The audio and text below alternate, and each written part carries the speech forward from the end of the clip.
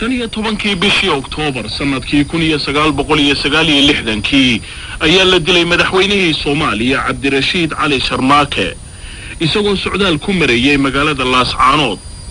waxaana Allah u naxariistay madaxweynaha la aasay 20 bishii Oktoobar isla habeenkii xigay ayaa intaan waagu bariyeen ay ciidamadu la wareegeen taladii dalka Soomaaliya 1974 oo sanadkii afraad ee taliska militariga uu xukunka qabsaday waxaan la weydiiyay Maxamed Siyaad Barre waxyaaladii wadanka uu qabtay wuxuuna ku jawaabay sida tan hadal kuma koobi karaan isleeyahay waxyaalaha waaweyn oo gacanka uu qabtay balse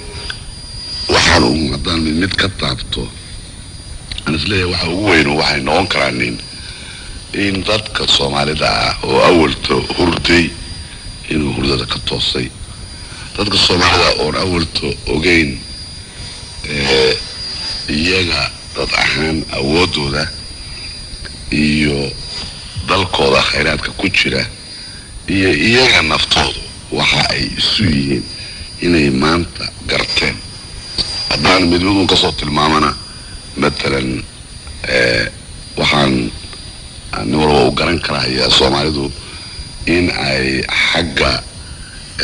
صحافة أما حاجة تعليمته أقونته إن يكوعرناين أجنبي ودولة كليتو أفكود يو تعليمته يكوعرناين لكن مركي الصومالي اللي هيرجريي دقمديسة إن أي النقدين تضعهانتون Soomaali cusub ayaa dhalatay ayaa markaasi la sheegay